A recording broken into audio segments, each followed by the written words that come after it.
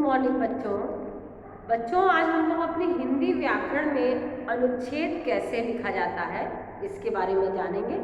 मैं आपको समझाऊंगी। बच्चों, आप लोग अनुच्छेद लिखते हो, लेकिन जैसा लिखा जाना चाहिए वैसा आप लोग नहीं लिखते हैं, उसमें कुछ कमियां रह जाती हैं। तो इनको हम लोग समझेंगे। मैं आपको बताऊंगी कि अनुच्छेद लिखते समय किन किन बातों का ध्यान रखना आवश्यक है। पहले तो अनुच्छेद क्या होता है? अनुच्छेद लेखन को निबंध का सारगर्भित एवं लघु रूप कहा जाता है। सारगर्भित यानी पूरे लेसन जो विषय दिया गया उसका सार होता है। ठीक है, संक्षेप में उस विषय के बारे में लिखा रहता है, वही अनुच्छेद होता है।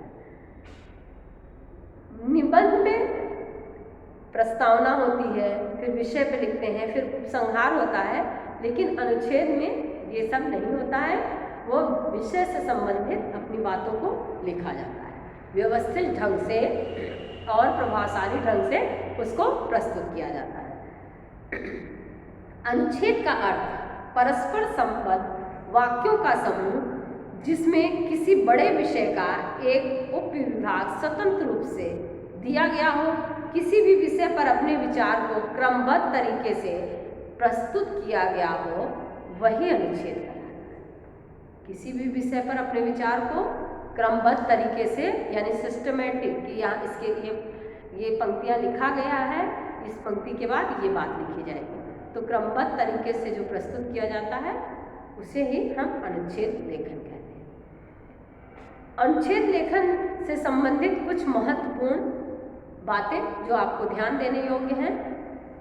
क्या क्या होना चाहिए? देखिए, पहली बात, अनुच्छेद का आकार बहुत बड़ा नहीं होना चाहिए। सीमित शब्दों के विषय वस्तु का निचोड़ प्रस्तुत किया जाता है। जो सीमित शब्दों का विषय वस्तु का निचोड़ यानी जो विषय दिया गया है उसमें उसका निचोड़ जो है हम लोग प्रस्तुत करते हैं। इसमें इसकी शब्द सीमा 80 से 100 शब्दों की होती है, यानी एक पेज। ठीक है, 1 लाइन मीन्स 10 वर्ड्स और 10 लाइन 8 से 10 लाइन यानी 80 से 100 शब्द की होनी चाहिए। अनुच्छेद लेखन में भूमिका, विषय वस्तु का विस्तार, उपसंहार आदि का उल्लेख करना नहीं होता, जैसा कि हम लोग निबंध में करते हैं कि पहले प्रस्तावना लिखते हैं, फिर इसके बाद विषय वस्तु का विस्तार जिस विषय पर निबंध लिखते हैं, फिर नीचे उपसंहार लिखते हैं, निष्कर्ष। तो अनुच्छेद में ये सब चीजें नहीं होती। ठीक, उदाहरणों का संकेत भर पर्याय विस्तृत वर्णन है। उदाहरणों का संकेत बस पर्याप्त होता है, उसका विस्तृत वर्णन नहीं किया जाता। अनुच्छेद की प्रत्येक पंक्ति विषय वस्तु के महत्वपूर्ण बिंदु की परिचायक होती है। विषय वस्तु क्या है, उसके महत्वपूर्ण बिंदु को दिखाया जाता है अनुच्छेद लेखन में। अनुच्छेद लिखते समय कबीर का यह दोहा ध्यान में रखना चाहिए, सार सार को गहिर रहे थोथा दे उड़ाए। अर्थात सार सार मन अच्छी चीजों को रखिए और फालतू चीजों को फेंक दीजिए। मतलब अर्थात सार गर्भित बातों का समावेश करना चाहिए तथा अनावश्यक विस्तार से बचना है। सार सार को गहिरत है, सोथा दे उड़ाए। सूप में जब कोई चीज़ फटका जाता है तो अनाज जो है अच्छा होता है वो सूप में रह जाता है, और छिलका या घुन लगा या हल्का कीड़े खाए हुए अनाज जो है वो हल्के हो जाते हैं, वो उड़ जाते हैं। तो यहाँ पर कबीर के इस दोहे से यही समझाया गया कि अच्छी चीज़ों को ही अनुच्छेद में रखना चाहिए, फालतू बातों से नहीं भरना चाहिए। भाषा सरल, स्पष्ट तथा प्रभावशाली होनी चाहिए। लिखते समय जो भाषा हो वो स्पष्ट हो, सरल हो, हर व्यक्ति को समझ में आ जाए और प्रभावशाली हो कि लिखने वाले को प्रभावित करे, जो भी अनुच्छेद पढ़े उसको पढ़ने में अच्छा लगे। नेक्स्ट, अनुच्छेद लेखन में प्रायः 3-4 संकेत दिए जाते हैं। अनुच्छेद की विषय वस्तु को दिए गए संकेत बिंदु के आधार पर रखना चाहिए। देखिए बच्चों, हम लोग अनुच्छेद विषय देते हैं तो उसके साथ साथ हम लोग 3-4 बिंदु देते हैं। जैसे मेरा देश, समझ जाए, ये मेरा देश, ये अनुच्छेद है। फिर इसके बाद यहाँ पर संकेत बिंदु यहाँ देते हैं। संकेत बिंदु के आधार पर अनुच्छेद को कंप्लीट कीजिए। ठीक, संकेत बिंदु पहला क्या है, अपने देश के प्राकृतिक सौंदर्य। ठीक है, प्राकृतिक सौंदर्य। दूसरा है सांस्कृतिक विविधता।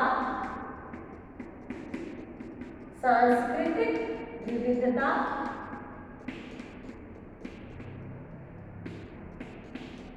तीसरा है प्रगति की ओर कदम। थर्ड है प्रगति की ओर कदम।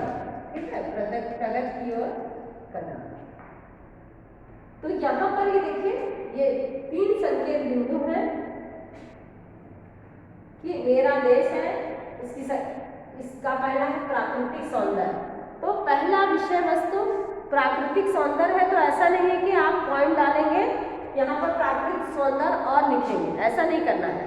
आपको अपने देश की प्राकृतिक सुंदरता के बारे में 2 से 3 लाइन एक्सप्लेन करना है, उसको विदाउट हेडिंग।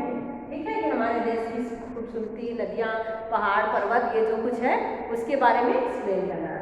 फिर सांस्कृतिक विविधता, हमारे देश में विविध धर्म के लोग हैं, विभिन्न जाति के लोग हैं, सब लोग मिलजुल कर त्यौहार मनाते हैं। हमारे जो सांस्कृतिक फेस्टिवल है, पारंपरिक त्यौहार मिलजुल कर मनाते हैं, ये सब चीज़। फिर प्रगति की ओर, अपना देश, हमारा देश धीरे धीरे विकसित नहीं हो, विकासशील से विकसित की तरफ बढ़ रहा है, विकसित होने की तरफ। तो धीरे धीरे विकास हो रहा है, अनवरत विकास की प्रक्रिया चल रही है। तो ऐसे करके ये हेडिंग, ध्यान दीजिए, बार बार मैं समझा रही हूँ कि ये हेडिंग नहीं रखना है, बल्कि इसी को 2 से 3 लाइन में एक्सप्लेन करना।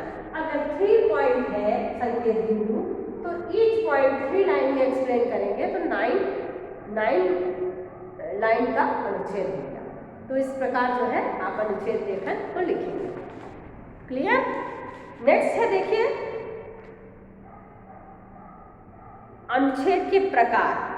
अनुच्छेद के कई सारे प्रकार होते हैं, जैसे वर्णनात्मक अनुच्छेद, किसी स्थान का, किसी दृश्य का, किसी व्यक्ति के विषय में वर्णन करना, वर्णनात्मक अनुच्छेद, उसमें पूरा वर्णन ही करना है।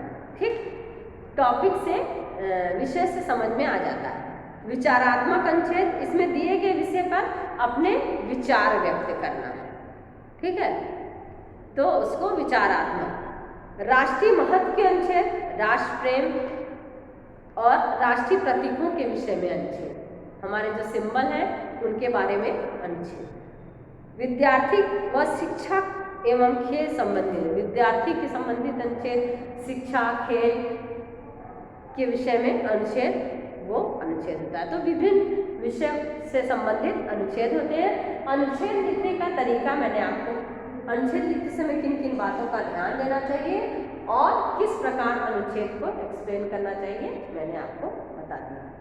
तो बच्चों, इस अनुच्छेद लिखते समय जो मैंने समझाया उन बातों का ध्यान देंगे और इसका भी ध्यान रखेंगे, क्योंकि बहुत लोग एग्जाम में पॉइंट लिख करके एक्सप्लेन करने लगते हैं। पॉइंट नहीं लिखना है, अनुच्छेद 1 पैराग्राफ में कंप्लीट करना है। धन्यवाद।